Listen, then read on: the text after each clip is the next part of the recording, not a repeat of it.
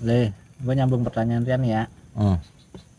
Bagaimana kalau cinta kita hadir pada seseorang wanita yang tidak baik? Contohnya wanita malam dah, gitu. Kupu-kupu. Iya, Iya. kupu-kupu apa? Butterfly night gitu ya. Iya, iya, iya, iya. Kalau butterfly mesin jahit. Oh, senja. Menurut Bapak itu bagaimana? Ya bagus sih, cuman jalanin aja dulu. Paling saya nggak bisa jelasin lebih detail ya. Paling situ yang jelasin kali bisa. Gak tahu. Ini pertanyaan gue buang ke dia jadi si malakama buat gue deh. Gini, kalau gue jelasin, Nggak apa-apa. kalau gue jelasin, ya orang di rumah berpikiran begini, waduh gitu. Jangan Iya. iya. Ini gue jelasin lagi ya, wanita yang nggak baik, yang mau bertobat, ya contohnya kupu-kupu malam gitu. Gimana? Ini mah Cinta kita kita, bicara apa ya? Sisi baik ya. Iya. Maksudnya istilahnya kita berpikir secara relevan dah ya. Tanpa mengebelakangkan atau mengedepankan istilahnya si kupu-kupu malam itu. Oh iya. Jadi menurut saya nih, dari pertanyaan itu gini sih sebetulnya, kita nggak bicara seorang wanita dong ya, Iya. kita berbicara lelaki pun sama. Ketika dia bertobat, ya kan, Iya. kita bicara taubatnya dulu nih. Ketika seseorang bertobat, otomatis dia mau menghilangkan perbuatan buruknya di masa lalu, Iya. membuka satu lembaran ke depan untuk menjadi yang lebih baik, ya kan. Zohir wa batinnya pasti dia udah siapin. Bahasa bertaubat. Sekarang bahasa taubat itu adanya di wanita, kupu-kupu Iya. yang mau bertobat. Orang yang mau bertobat ya dari perbuatan salah menuju perbuatan yang baik, itu salah satu dari hamba yang dekat sama Allah Ta'ala. Sebab apa? Dia mendapatkan rahmat, taufik, dan hidayah. Kita ambil contoh. Orang lagi gali empang. Ya. Sebelum dia turun ke empang, kan bersih. Iya. Ya, bersih. Turunlah di empang. Kotor. Iya. Ya, iya. Begitu selesai gali empang, dia naik ke atas. Dia mau bebersih. Berarti kan dia sadar ketika dia sebelum turun bersih, kemudian kotor, dia harus bebersih. Ya. Dia di dalam kotor itu lagi ngerapin empang. Kita anggap ngerapin empang itu nyari jati diri, ataupun istilahnya karena himpitan ya. Nggak ada orang yang sekonyong-konyongnya mau berbuat sesuatu perbuatan yang buruk kalau bukan karena sesuatu himpitan. Kok bisa terjadi? Yaitu kehendak Allah.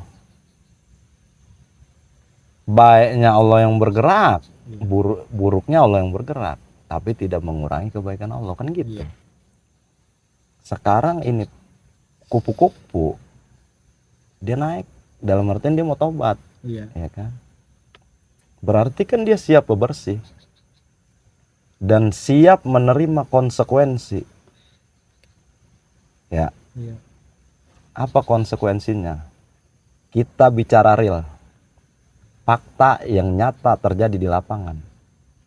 Jangankan orang berbuat buruk, ini kupu-kupu mau berbuat baik, penonton merecet, berisik. Iya, Iya nggak?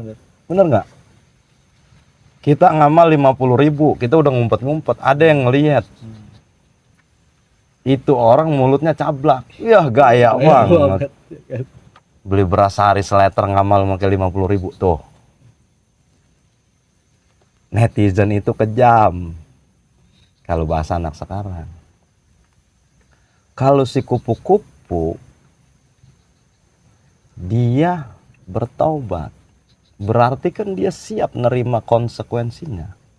Yang pertama gunjingan orang, yang kedua para pelanggan Iya. yang sudah menjajahi dirinya, kan gitu. Iya kan? Dia siap nanggung resiko zohir wa batin. Karena apa? Dia pengen balik sama Allah Ta'ala. Justru ya, bola panasnya itu bukan di dia. Seorang lelaki yang mencintai dia, tuh bola panasnya ada di situ. Kenapa dikatakan bola panas? Karena dia harus lebih mapan dalam segi keimanan. Yang kedua, dalam segi pola pikir. Dan dia harus lebih tangguh atau lebih bijaksana dalam mengeluarkan kata-kata. Oh, iya. Iya dong. Yang kita khawatirin, kenapa itu bola panas terjadi di lelaki itu? Iya, pada saat ini nerimain. Karena jatuh cinta, iya kan? Langsung brek aja nikah. Terjadi satu masalah, diungkit. Itu yang kita khawatirin. Benar. Kenapa begitu? Sebab kalau bahasanya wanita soleha aja, satu wanita soleha bisa mengalahkan 10 doa lelaki yang soleh. Apalagi ini, satu orang yang pernah dalam keadaan buruk tapi dia balik kepada Allah Ta'ala dengan niat yang tulus karena bahasa taubat. Kira-kira si lelaki mampu nggak itu? Iya kan? Yang pertama kan harus mapan dalam segi keimanan. Oh, iya. Iya dong, jelas. Orang yang namanya balik, otomatis dia lebih kencang bang nyari target. Iyalah. Mau bertarget, iya kan? Iya, karena apa? Dia udah ingat. Jangan Sudah sekian waktu terbuang. Iya, jangan sampai dia balik lagi. Nah, otomatis kan dia lebih nyari juga. Nah, bola panas itu si lelaki yang megang. Lebih dalam hal iman, agama. Lebih bijaksana dalam pola pikir. Lebih bijaksana dalam bertutur kata. Yang keempat, menjadi lelaki yang siap melindungi dalam keadaan apapun si perempuan itu dan dimanapun atau bagaimanapun keadaan perempuan itu. Karena apa? Dia udah melek. Sebelum dia nikah atau sebelum dia mempunyai hubungan yang khusus, dia udah tahu Konsekuensinya. Iya. Yang lebih lapang lagi harusnya dia. Oh, iya. Seorang lelaki itu. Nanti kudu siap Oh iya dong. nerima omongan orang segala macam ya. Sekarang kita sebagai suami untuk istri yang normal pada umumnya ada. Ya. Agama, finansial, tutur kata, bijaksana dalam berpikir, itu kita kudu pegang. Menjadi sosok yang hangat. Bagaimana ini orang yang pernah ada di titik minus. tahu-tahu dia lari ke plus, ya otomatis semuanya kita harus lebih dari dia. Bukan dalam artian lebih dari dia kita itu harus lebih pintar, bukan. Bagaimana kita menjaga barang yang akhirnya diangkat menjadi barang yang mulia, kita harus lebih memuliakan dia, begitu kurang lebihnya. Udah kacau bang kalau udah begitu. Keren. Iyalah, luar biasa. Kalau seandainya berhasil dalam itu, seorang lelaki berhasil, kita bukan bicara surga neraka ya, Iya. tapi di situ boleh dikatakan itu seorang lelaki yang amat soleh. Karena memang pada hakikatnya begitu. Cinta mah kagak ngeliat fisik. Iya. Cinta kagak ngeliat kejadian. Tapi cinta bisa nerima, saling melengkapi. Karena cinta tidak bisa didefinisikan.